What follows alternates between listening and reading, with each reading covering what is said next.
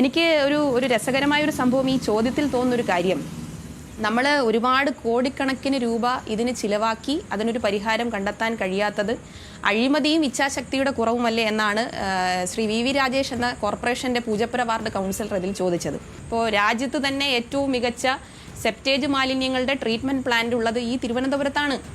അതിനുകൂടിയാണ് നമുക്ക് പുരസ്കാരം കിട്ടിയത്. ഓൺലൈൻ സിസ്റ്റം വഴി നമ്മുടെ സെപ്റ്റേജ് മാലിന്യ കളക്ഷൻ നടത്തുന്നതിന് ഗവേണൻസിന്റെ ഉൾപ്പെടെ പുരസ്കാരം കേന്ദ്ര സർക്കാർ നൽകിയത്. ഇപ്പോൾ സംസ്ഥാന സർക്കാർ നൽകിയ പുരസ്കാരങ്ങളെ പറ്റി പറയുമ്പോൾ നിങ്ങളുടെ രാഷ്ട്രീയ പാർട്ടിയിലുള്ള സർക്കാരല്ലേ എന്നുള്ള ചോദ്യം വരും. അതുകൊണ്ട് ഞാനത് പറയുന്നില്ല. ഈ ശ്രീ വി രാജേഷ് എന്ത് പറഞ്ഞാലും അദ്ദേഹത്തിന് അഴിമതി എന്നുകൂടി ചേർത്തില്ലെങ്കിൽ പറയാൻ കഴിയില്ലെന്നാണ് എനിക്ക് തോന്നുന്നത്. എനിക്ക് മനസ്സിലാവുന്നില്ല ഇതിന്റെ കാര്യം. 45 വർഷമായി തിരുവനന്തപുരം കോർപ്പറേഷൻ ഭരിക്കുന്ന CPM-നോട് ഞങ്ങൾക്കുള്ള ചോദ്യം, ജനങ്ങളുടെ അടിസ്ഥാന പ്രശ്നം, നീറുന്ന പ്രശ്നം തിരുവനന്തപുരത്ത് ഓരോ ദിവസവും കുന്നുകൂടുന്ന മാലിന്യങ്ങളാണ്. ഈ മാലിന്യം സംസ്കരിക്കുവാൻ വേണ്ടി നമ്മുടെ രാജ്യത്തെ ഏറെക്കുറെ എല്ലാ കോർപ്പറേഷനുകളും പുതിയ ശാസ്ത്ര സാങ്കേതിക വിദ്യകൾ ഉപയോഗിച്ചുകൊണ്ട് വളരെ വിജയകരമായ പദ്ധതി നടപ്പിലാക്കുമ്പോൾ 45 വർഷമായി തിരുവനന്തപുരം കോർപ്പറേഷൻ ഭരിക്കുന്ന CPM നേതൃത്വം ഇപ്പോഴും പറയുന്നത് തമിഴ്നാട്ടിലെയും അതിർത്തി പ്രദേശങ്ങളിലെയും പന്നി ഫാമുകളിലേക്കാണ് അത് കൊടുക്കുന്നത് എന്നാണ്. ഈ മാലിന്യ പ്രശ്നം പരിഹരിക്കുവാൻ വേണ്ടി കോടിക്കണക്കിന് രൂപ നിങ്ങൾ ചിലവാക്കിയിട്ടുമുണ്ട്. ഇതിൽ ഇത്രയും കാലമായിട്ടും സമ്പൂർണ്ണ പരാജയം നിങ്ങളുടെ ഇച്ഛാശക്തിയില്ലായ്മയും അഴിമതിയുമല്ലേ? ഈ മാലിന്യ പ്രശ്നത്തിൽ നമ്മൾ കാണേണ്ട ഒരു വസ്തുത എന്ന് പറയുന്നത് കേരളത്തിൻ്റെ പൊതുവായ സാഹചര്യം നമുക്കറിയാം. നമ്മൾ പണ്ട് ഒരു പക്ഷേ ഇപ്പോൾ ബ്രഹ്മപുരം വിഷയത്തിന് ശേഷം, ആമേഴഞ്ചാം തോടിലുണ്ടായ വിഷയത്തിന് ശേഷം എത്ര മുന്നോട്ടാണ് നമ്മുടെ ഭരണ സംവിധാനങ്ങൾ. നേരത്തെ മോശമെന്നുള്ള അഭിപ്രായം എനിക്കില്ല, കാരണം അതിന് ഒരുപാട് കാരണങ്ങളുണ്ട്. എത്ര ഫലപ്രദമായാണ് കുറച്ചുകൂടി അതിനൊക്കെ ഒരു അവസരമാക്കി. ഇപ്പോൾ ബ്രഹ്മപുരത്തെ തീപിടുത്തത്തെ കേരളത്തിൻ്റെ തദ്ദേശ മന്ത്രി തന്നെ പറഞ്ഞത് ഒരു അവസരമായി കണക്കാക്കുന്നു എന്ന് തന്നെയാണ്. ഈ പ്രശ്നങ്ങൾ പരിഹരിക്കാൻ, ഇത്തരം വിഷയങ്ങൾ ഉണ്ടാകാതിരിക്കാനുള്ള അവസരമായി കണക്കാക്കിക്കൊണ്ടുള്ള ഒരു പ്രവർത്തനം ഏറ്റെടുക്കാൻ വേണ്ടിയാണ് നമ്മളൊക്കെ തീരുമാനിച്ചത്. ഇപ്പോൾ ആമേഴഞ്ചാം തോടിലുണ്ടായ സംഭവം നമുക്കറിയാം. അപ്പോൾ അത്തരം വിഷയങ്ങളെല്ലാം ഒരു അവസരമാക്കി കണ്ടുകൊണ്ടാണ് ഓരോ ഭരണ സംവിധാനവും, പ്രത്യേകിച്ച് തിരുവനന്തപുരം നഗരസഭ വലിയ മുൻകരുതൽ എടുത്തുകൊണ്ടുള്ള പ്രവർത്തനങ്ങൾ നടത്തി വരുന്നത്. നമ്മൾ മാലിന്യ സംസ്കരണ രംഗത്ത് കാണേണ്ട ഒരു വസ്തുത എന്ന് പറയുന്നത് കേരളത്തിലെ എന്നാൽ മാത്രമല്ല രാജ്യത്ത് തന്നെ ഏറ്റവും വലിയ നഗരങ്ങളിൽ കേന്ദ്രീകൃത മാലിന്യ സംസ്കരണ പ്ലാന്റ് ഇല്ലാതിരുന്നിട്ട് പോലും തെരുവുകളിൽ മാലിന്യം കുന്നുകൂടാത്ത സാഹചര്യം ഉണ്ടാകുന്നത് ഈ തിരുവനന്തപുരത്താണ്. കാരണം നമുക്കിപ്പോൾ കാണാം, 2012 ആ വർഷത്തിൽ വിളപ്പിശാല പ്ലാന്റ് പൂട്ടേണ്ടി വന്ന സാഹചര്യത്തെ പറ്റിയൊക്കെ നമ്മൾ പലപ്പോഴും ചർച്ച ചെയ്യുന്ന ഒരു സാഹചര്യമുണ്ട്. അത് പൂട്ടിയതിന് ശേഷം പെട്ടെന്നുണ്ടായ ഒരു അന്നത്തെ പ്രശ്നം, ആ പ്രശ്നത്തെ പരിഹരിക്കാൻ അന്നത്തെ ഭരണസമിതി വളരെ ശ്രമകരമായ പ്രവർത്തനം നടത്തി. അതായത് ഒരു സിസ്റ്റം പാടെ ഒരു ദിവസം നിന്നുപോവുകയാണ്. ആ സിസ്റ്റത്തിൽ നിന്ന് ആരംഭിച്ച പ്രവർത്തനം ഡീസെൻട്രലൈസ്ഡ് എന്നുള്ള നിലയിൽ, വികേന്ദ്രീകൃത മാലിന്യ സംസ്കരണം എന്ന നിലയിൽ നിരവധിയായിട്ടുള്ള പ്രവർത്തനം നമുക്ക് നടത്താൻ വേണ്ടി കഴിഞ്ഞു. എനിക്ക് ഒരു രസകരമായൊരു സംഭവം ഈ ചോദ്യത്തിൽ തോന്നുന്നൊരു കാര്യം, നമ്മൾ ഒരുപാട് കോടിക്കണക്കിന് രൂപ ഇതിന് ചിലവാക്കി അതിനൊരു പരിഹാരം കണ്ടെത്താൻ കഴിയാത്തത് അഴിമതിയും ഇച്ഛാശക്തിയുടെ കുറവുമല്ലേ എന്നാണ് ശ്രീ വി രാജേഷ് എന്ന കോർപ്പറേഷന്റെ പൂജപ്പുര വാർഡ് കൗൺസിലർ ഇതിൽ ചോദിച്ചത്. ഇതിലൊരു ശരിയായ വസ്തുത എന്താ? അദ്ദേഹത്തിൻ്റെ രാഷ്ട്രീയ പാർട്ടി കേന്ദ്ര സർക്കാരാണല്ലോ, രാഷ്ട്രീയ പാർട്ടി ആണ് കേന്ദ്ര സർക്കാരിൻ്റെ ഭാഗമായും ഉള്ളത്. ആ കേന്ദ്ര സർക്കാർ 2024 സാനിറ്റേഷൻ മേഖലയിൽ, അതായത് ശുചിത്വ മേഖലയിൽ ഏറ്റവും മികച്ച മാതൃക എന്ന പുരസ്കാരം നൽകിയത് തിരുവനന്തപുരം നഗരസഭയ്ക്കാണ്. ഞാനാണ് പോയി വാങ്ങിയത്. ഹഡ്കോ award, housing and urban affairs എന്ന നമ്മുടെ വകുപ്പ് കൂടി നേതൃത്വം നൽകുന്ന വകുപ്പിന്റെ കൂടി നേതൃത്വത്തിന്റെ ഭാഗമായി കേന്ദ്രമന്ത്രിയുടെ കയ്യിൽ നിന്ന് അവാർഡ് വാങ്ങിയത് ഈ സാനിറ്റേഷൻ മേഖലയിൽ നടത്തിയിട്ടുള്ള മികച്ച പ്രവർത്തനമാണ്. കേന്ദ്ര സർക്കാർ തന്നെ ഒരു റിപ്പോർട്ടിൽ പറയുന്നുണ്ട്, വികേന്ദ്രീകൃത മാലിന്യ സംസ്കരണം, നമുക്കറിയാം സെൻട്രലൈസ്ഡ് മാലിന്യ പ്ലാന്റുകൾ, കേന്ദ്രീകൃത മാലിന്യ പ്ലാന്റുകൾ ഉണ്ടാകുമ്പോൾ മാലിന്യം കൈകാര്യം ചെയ്യുന്നത് പോലെയല്ല വികേന്ദ്രീകൃത മാലിന്യ സംസ്കരണ രീതി ഉണ്ടാകുമ്പോൾ നമ്മൾ മാലിന്യം കൈകാര്യം ചെയ്യുന്നത്. അപ്പോൾ ഡീസെൻട്രലൈസ്ഡ് രീതിയിൽ മാലിന്യം കൈകാര്യം ചെയ്യുന്നതിൽ അതിൽ കളക്ഷൻ ആകട്ടെ, ട്രാൻസ്പോർട്ടേഷൻ ആകട്ടെ, അതായത് വീടുകളിൽ നിന്നുള്ള കളക്ഷൻ മുതൽ ട്രാൻസ്പോർട്ടേഷൻ മുതൽ ഏറ്റവും കുറഞ്ഞ നിരക്കിൽ മാലിന്യ സംസ്കരണം നടത്തുന്നത് ഈ തിരുവനന്തപുരത്താണ് എന്ന് പറഞ്ഞത് കേന്ദ്ര സർക്കാരാണ്. അപ്പോൾ അത്തരത്തിൽ നമ്മുടെ സിസ്റ്റം, നമ്മുടെ സാഹചര്യം, ഇപ്പോൾ BJP-യുടെ നേതൃത്വത്തിൽ തന്നെ ഒരു പ്ലാന്റ് സ്ഥാപിക്കാൻ വേണ്ടി തീരുമാനിച്ചപ്പോൾ നമുക്കറിയാം ഡീസെൻട്രലൈസ്ഡായി ചെയ്യുമ്പോഴും ചിലയിടങ്ങളിലെങ്കിലും ആ പ്രദേശത്തെ വിഷയങ്ങൾ അഡ്രസ്സ് ചെയ്യുന്നതിന് വേണ്ടി ചെറിയ ചെറിയ പ്ലാന്റുകൾ നമുക്ക് തുടങ്ങേണ്ടി വരും. BJP തന്നെ സമരത്തിന് നേതൃത്വം കൊടുത്തിട്ടില്ലേ? ഇപ്പം അദ്ദേഹം ചോദിക്കുന്നുണ്ടല്ലോ, എന്താണ് നിങ്ങൾ മാലിന്യ സംസ്കരണ രംഗത്ത് ചെയ്തത്? നമുക്ക് ഏതൊക്കെ രീതിയിലുള്ള മാലിന്യം ഉള്ളത്? സെപ്റ്റേജ് മാലിന്യം ഒരു പ്രധാനപ്പെട്ട ഒരു കാര്യമാണല്ലോ. ഇപ്പോൾ രാജ്യത്ത് തന്നെ ഏറ്റവും മികച്ച സെപ്റ്റേജ് മാലിന്യങ്ങളുടെ ട്രീറ്റ്മെന്റ് പ്ലാന്റ് ഉള്ളത് ഈ തിരുവനന്തപുരത്താണ്. അതിനുകൂടിയാണ് നമുക്ക് പുരസ്കാരം കിട്ടിയത്. ഓൺലൈൻ സിസ്റ്റം വഴി നമ്മുടെ സെപ്റ്റേജ് മാലിന്യ കളക്ഷൻ നടത്തുന്നതിന് ഇ ഗവേണൻസിന്റെ ഉൾപ്പെടെ പുരസ്കാരം കേന്ദ്ര സർക്കാർ നൽകിയത്. ഇപ്പോൾ സംസ്ഥാന സർക്കാർ നൽകിയ പുരസ്കാരങ്ങളെ പറ്റി പറയുമ്പോൾ നിങ്ങളുടെ രാഷ്ട്രീയ പാർട്ടിയിലുള്ള സർക്കാരല്ലേ എന്നുള്ള ചോദ്യം വരും. അതുകൊണ്ട് ഞാനത് പറയുന്നില്ല. ആ അവാർഡുകൾ ഞാൻ തൽക്കാലം ഞാൻ പറയാതിരിക്കാം. പക്ഷെ കേന്ദ്ര സർക്കാർ നൽകിയ പുരസ്കാരത്തെ അങ്ങനെയാണെങ്കിൽ ഇദ്ദേഹം പറയണ്ടേ കേന്ദ്ര സർക്കാർ നൽകിയ പുരസ്കാരം ശരിയല്ല, അതൊന്ന് ഒന്നുകൂടി പരിശോധിക്കണം എന്ന് പറയണ്ടേ? അപ്പോൾ കേന്ദ്ര സർക്കാർ പോലും അംഗീകരിക്കുകയാണ്, മറ്റാരും എന്നതിനപ്പുറം കേന്ദ്ര സർക്കാർ പോലും ഹരിതകർമ്മ സേനയുടെയൊക്കെ പ്രവർത്തനം വളരെ മികച്ച രീതിയിൽ തന്നെയാണ് പോകുന്നത്. ഭവനങ്ങളിൽ നിന്ന്, വീടുകളിൽ നിന്ന് കാര്യമായി മാലിന്യ ശേഖരണം നടക്കുന്നുണ്ട്. അപ്പോഴും നമ്മൾ ഈ പൊതുവിടങ്ങളിൽ ഒരു മാലിന്യം എവിടെ നിക്ഷേപിക്കണം എന്ന് പോലും അറിയാൻ കഴിയാത്തൊരു സാഹചര്യം ഉണ്ട്. അതൊക്കെ ഇപ്പോഴും ആ രീതിയിൽ തുടരുന്നത് എന്തുകൊണ്ടാകാം? അല്ല, പൊതു ഇടങ്ങളിൽ മാലിന്യ നിക്ഷേപം ചെയ്യേണ്ടി വരുന്നില്ലല്ലോ. ഇപ്പോൾ വീടുകളിൽ കൃത്യമായ കളക്ഷൻ നടക്കുന്നു. ബയോ വേസ്റ്റുകൾ മറ്റ് ഒരു രീതിയിലും നോൺ ബയോ വേസ്റ്റുകൾ ഹരിതകർമ്മസേന മുഖാന്തരവും കളക്ഷൻ കൃത്യമായി നടക്കുന്നുണ്ടെങ്കിൽ പൊതു ഇടങ്ങളിൽ മാലിന്യം നിക്ഷേപിക്കേണ്ടി വരില്ല. ഞാൻ മനസ്സിലാക്കുന്നത് ഇപ്പോൾ കയ്യിൽ നമ്മളൊരു ചോക്ലേറ്റ് കഴിച്ചാൽ ഒരു ചോക്ലേറ്റിൻ്റെ ഒരു കവറുണ്ടായി. ഇപ്പോൾ 100 മീറ്റർ 200 മീറ്റർ ഇടവിട്ടുകൊണ്ട് എല്ലാ ഇടങ്ങളിലും, എല്ലാ പൊതു ഇടങ്ങളിലും നമ്മളിപ്പോൾ ബിന്നുകൾ സ്ഥാപിച്ചുകൊണ്ടിരിക്കുകയാണ്, ട്വിൻ ബിന്നുകൾ സ്ഥാപിച്ചുകൊണ്ടിരിക്കുകയാണ്. അതായത് അങ്ങനെ പോലും നമ്മുടെ നഗരത്തിൽ ഒരു മാലിന്യം വരാൻ പാടില്ല. അപ്പോൾ ജനങ്ങളെ നമ്മൾ മാലിന്യം വലിച്ചെറിയുന്നവരെ കുറ്റപ്പെടുത്തിയാൽ മാത്രം പോരല്ല, അതിനുള്ള സംവിധാനം ഒരുക്കുക എന്നുള്ളത് നമ്മുടെ കൂടി ചുമതലയാണ്. അതിൻ്റെ ഭാഗമായി തന്നെ പൊതു ഇടങ്ങളിൽ മാലിന്യം വരാതിരിക്കാനുള്ള എല്ലാ കാര്യങ്ങളും നമുക്ക് നടപ്പിലാക്കാൻ വേണ്ടി കഴിയുന്നുണ്ട്. അത് ബയോ വേസ്റ്റിൻ്റെ കാര്യത്തിലാണെങ്കിൽ ഡീസെൻട്രലൈസ്ഡ് എന്ന നിലയിൽ നമുക്ക് ബയോ കമ്പോസ്റ്റർ ബിന്നുകൾ കൊടുക്കാൻ കഴിയുന്നു. ഇപ്പോൾ എല്ലാ വീട്ടിലും ബയോ കമ്പോസ്റ്റർ ബിൻ വയ്ക്കാൻ കഴിയുന്നില്ല.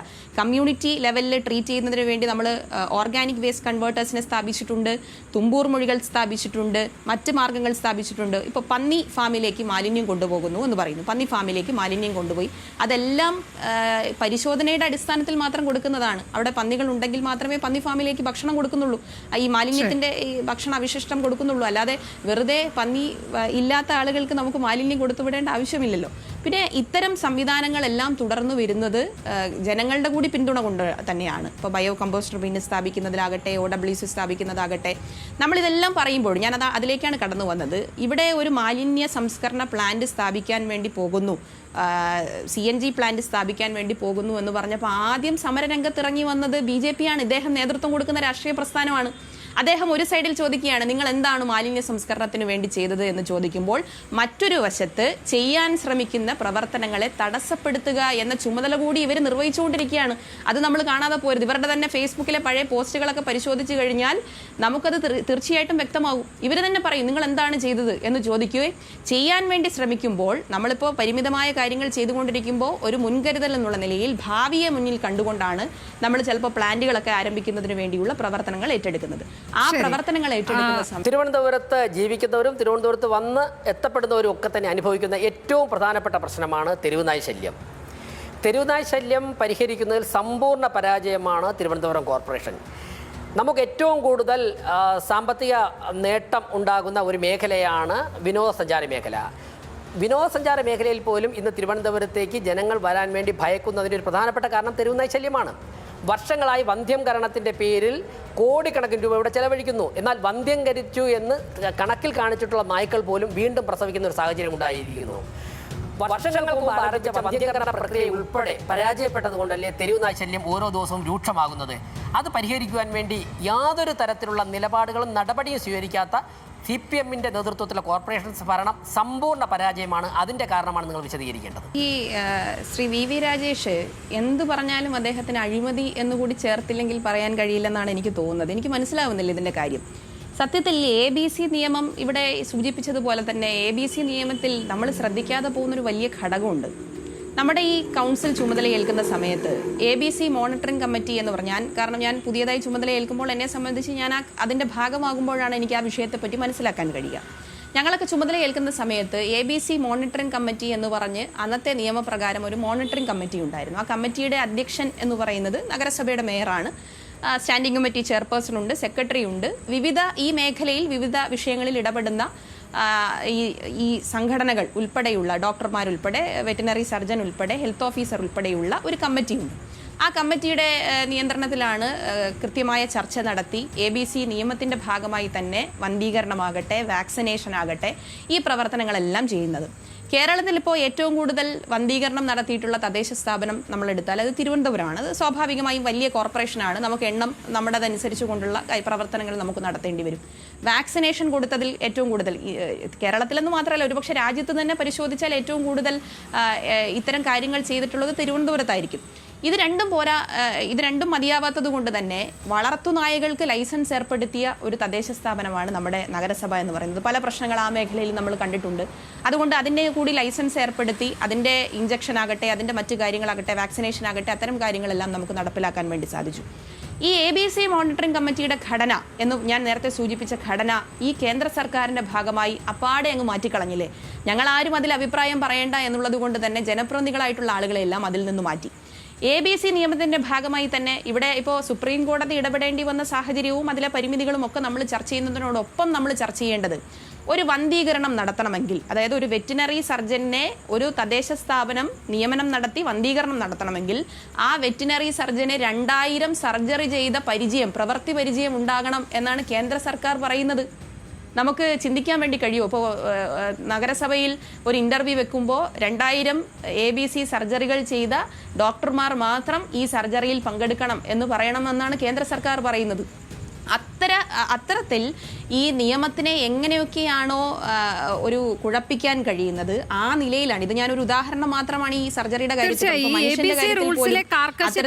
നമ്മൾ കൂടുതൽ കടക്കാതിരിക്കുന്നതാണ് നല്ലത്. കാരണം അതിപ്പോ ഒരുവിധപ്പെട്ട എല്ലാവർക്കും അറിയാം. ഈ കൊണ്ടുപോകുന്ന വാഹനമടക്കം AC ആയിരിക്കണം, സർജറി ചെയ്യുന്ന റൂം AC ആയിരിക്കണം, എന്തൊക്കെ തുടങ്ങി നമുക്ക് ഒരിക്കലും നടപ്പാക്കാൻ കഴിയാത്ത കാര്യങ്ങളാണ് ABC റൂൾസിന്റെ പരിഷ്കരണത്തിലൂടെ ഉണ്ടായിക്കൊണ്ടിരിക്കുന്നത്.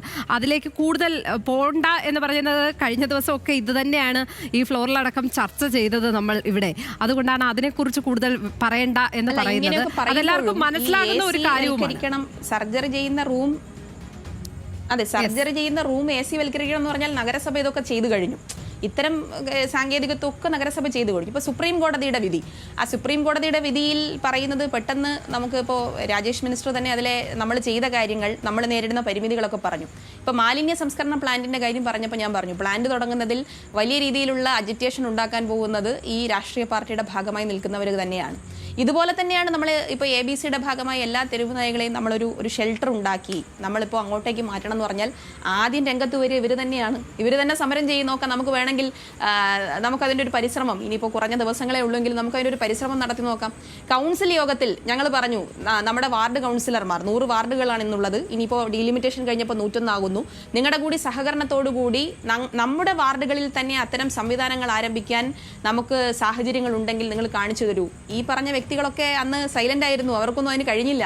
അപ്പൊ അത്തരത്തിൽ നമുക്ക് സാധ്യമായതെല്ലാം നമ്മൾ ഈ വിഷയത്തിൽ ചെയ്യുന്നു. പക്ഷെ ഇത്രയും പോരാ, ആ അഭിപ്രായം തന്നെയാണ്. നമുക്കറിയാം, പല കുഞ്ഞുങ്ങളും ഇപ്പോൾ നമ്മുടെ ആ കുഞ്ഞുങ്ങളുടെയും അമ്മമാരുടെയും ഒക്കെ അവസ്ഥ കണ്ടു കഴിഞ്ഞാൽ വളരെ ദയനീയമായ ഒരു അവസ്ഥയാണ് നമ്മളിപ്പോൾ കണ്ടുകൊണ്ടിരിക്കുന്നത്. കുഞ്ഞുങ്ങളെ വെറുതെ നടന്നു പോകുന്ന കുഞ്ഞുങ്ങളെ പോലും തെരുവുനായ കടിക്കുന്ന സാഹചര്യം വരുന്നു. ഇത്തരത്തിലുള്ള വിഷയങ്ങളെല്ലാം നമ്മുടെ മുന്നിലുണ്ട്. അത് ഇന്ന് നമ്മളെ കൊണ്ട് ചെയ്യാൻ കഴിയുന്ന, ഈ നിയമത്തിനകത്ത് ചെയ്യാൻ കഴിയുന്ന പരമാവധി കാര്യങ്ങൾ നമ്മൾ ചെയ്യുന്നുണ്ട്.